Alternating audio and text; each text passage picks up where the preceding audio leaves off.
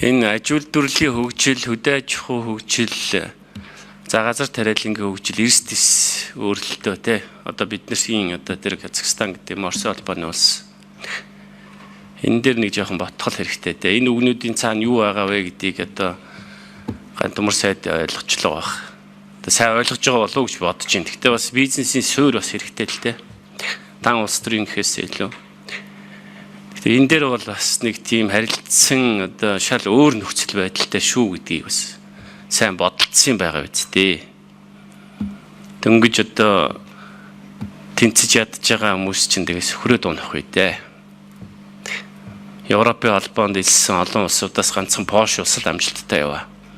Бусад бүх үйлдвэрүүд сөхөрсөө. Бусад улсын. Энийг одоо мэдж байгаа хаа гэж би бодож байна.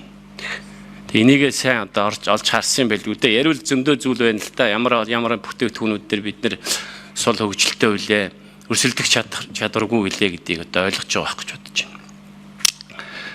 Нэгэнд эдийн засгийн сайд байгаа учраас би тэр худалдаа аж үйлдвэрийн танхимын дарга байгаа учраас нэг зүйл хэлээдгий.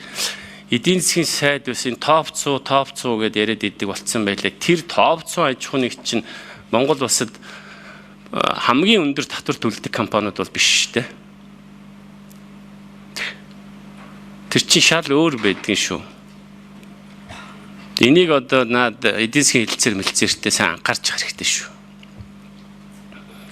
Танд яаж танилцуултыг?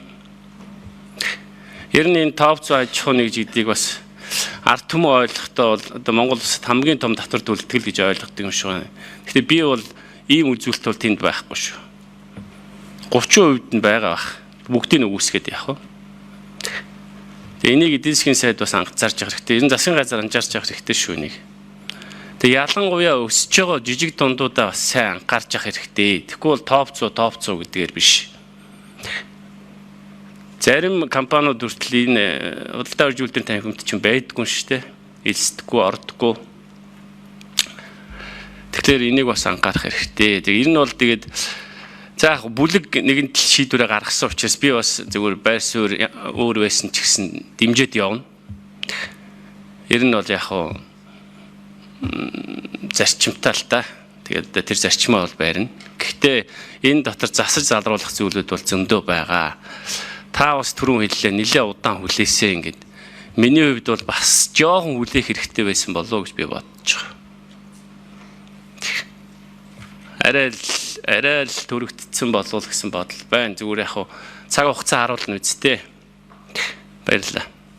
Тий, Ганбаатар гишүүний болгоомжлолыг бол бид нар одоо бүх төвшөнд харж байгаа. Гол нь зүгээр би цаг нь өнөөдөр момент байхаа гэж байгаа нь бол манай зах зээл өөрөө 3 сая 3.5 сая хүнтэй зах зээл байдаг. Нөгөө зах зээл маань 200 сая хүнтэй зах зээл байдаг. Тэгээ 200 сая хүнтэй зах зээлийн болгоомжлох зүйл юу вэ гэхлээр өөрийнхөө зах зээлийг нээгээд өгчхөөр нөгөө цөөхөн хүнтэй газар нь гадны хөрөнгө оруулалт орж ирээд төрөл бүрийн үйлдвэрлэл хөгжөөд тэр бараа бүтээгдэхүүн бол асар их хэмжээгээр тухайн улс руу худалдаалагддаг ийм л юутай штэ. Ийм л урсгалтай.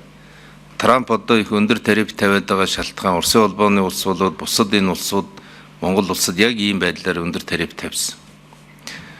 Трампын тариф өндөр тавьж байгаа шалтгаан жишээлбэл Америкийн зах зээл байхгүй бол Мексикт үйлдвэрлэл хөгжихгүй л гэж. Америкийн зах зээл байхгүй бол Канадад хөгжихгүй л гэж. Яг тэрэн шиг манай хойд хөрш бол зах зээлээ өгөхгүй тохиолдолд Монголд үйлдвэрлэл ерөөсөө хөгжихгүй. Хятад улс манай зах зээлээ өгөхгүй, хойдтол зах зээлээ өгөхгүй. Ингээ бид бол нэг 3 сая хүнтэй монопол цөөхөн компанитай хэдэн банкны мөнгийг хүүлдэг ажилтай яг өнөөдрийн энэ доглоо эдийн засаг цаашаага асар хурдтайгаар бийжнэ.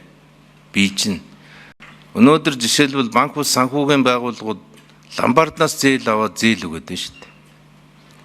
Ламбарднаас 200-300 тэрбум долларын зээлийг банк бусан зээлээд цаашаага зээлээ сууж байна. Нөгөөр хэлбэл манай зах зээл юу болсон бэ гэхээр хэдэн монополод хижээдэг.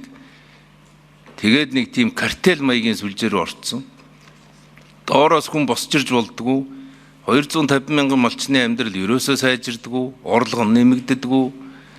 Яагаад гэвэл том зах зээл байхгүй болохоор ерөөсөө нийлүүлэлт тал чинь болохгүй байна л гэдэг зүйлийг олон жил ярьсан учраас урт хугацааны хөгжлийн бодлогодоо эрдэмтэн мэрэгд маань олон талаас нь бодож энийг оруулсан байдсан байл л. Тийм учраас бол бид үүрэгтэй хийх үүргээ биелүүлэл оруулж ирж байгаа шүү гişүнэ.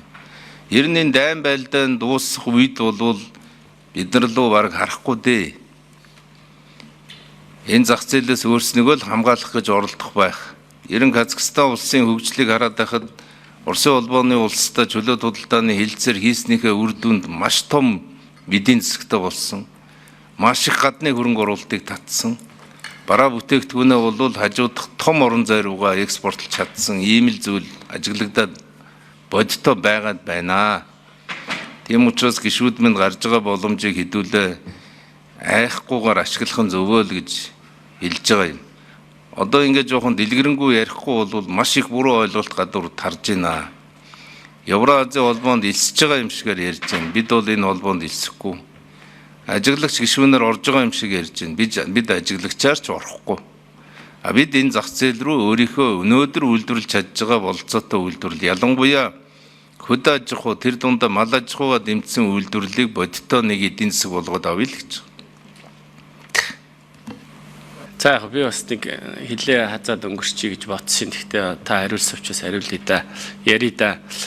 Япон дээр яг та нар руу хариулж ирсэн юм л да. Та үед гişүүн биш байсан. Өнөөдөр бол Япон эдийн ямар зах зээлтэй, өнөөдөр Монгол ямар байна? Хэдэн барааны чагсаалтууд гарсан билээ. Өнөөдөр яаж амжилт хүрч байна? Эдийн засгийн сайд мэдчихэж байгаа. Би энэ дээр чинь зүгээр анхааруулж хэлж байгаа. Нэгээс анзаараарай.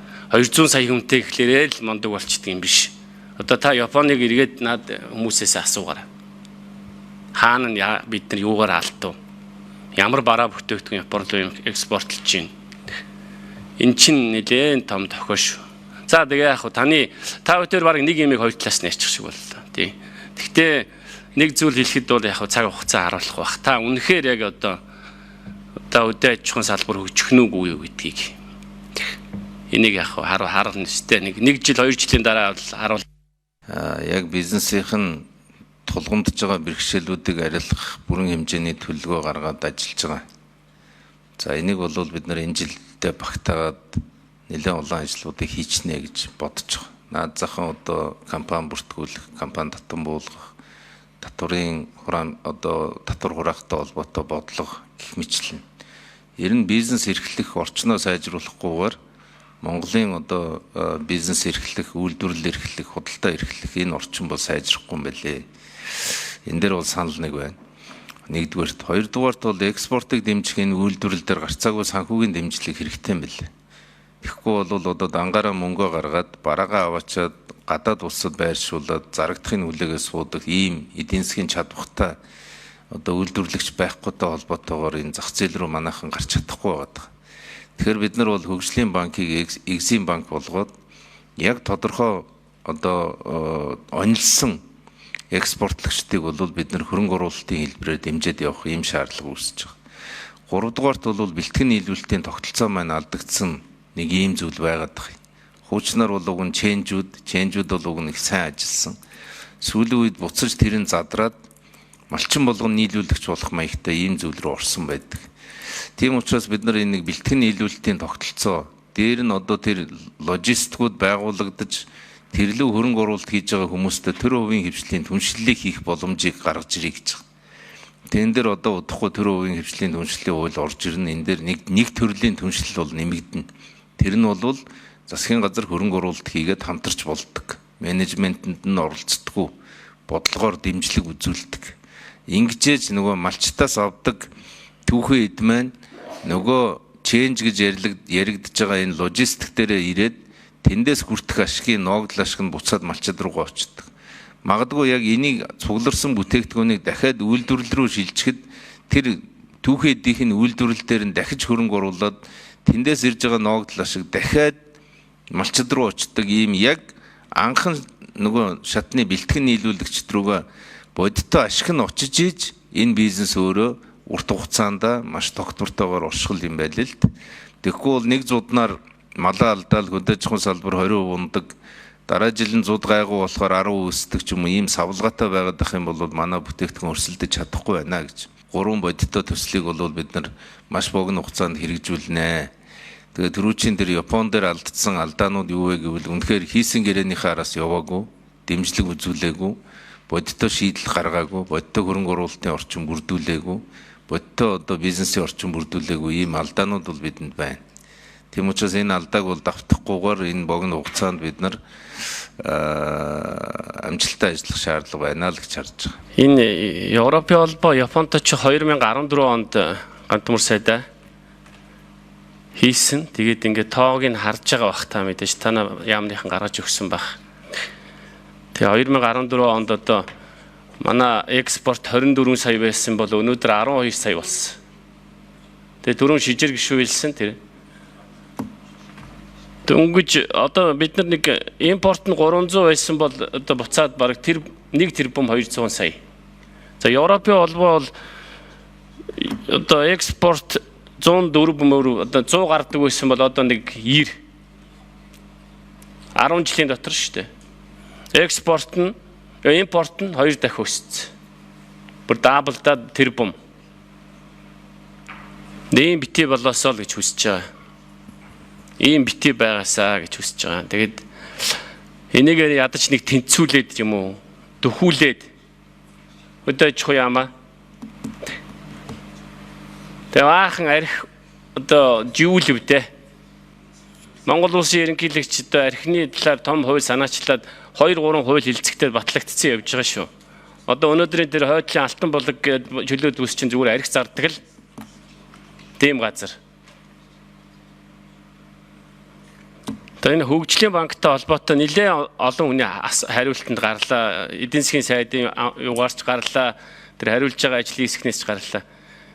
Тэгээ хөгжлийн банка дөнгөж зэгслээ дуусч байгаа шүү дээ.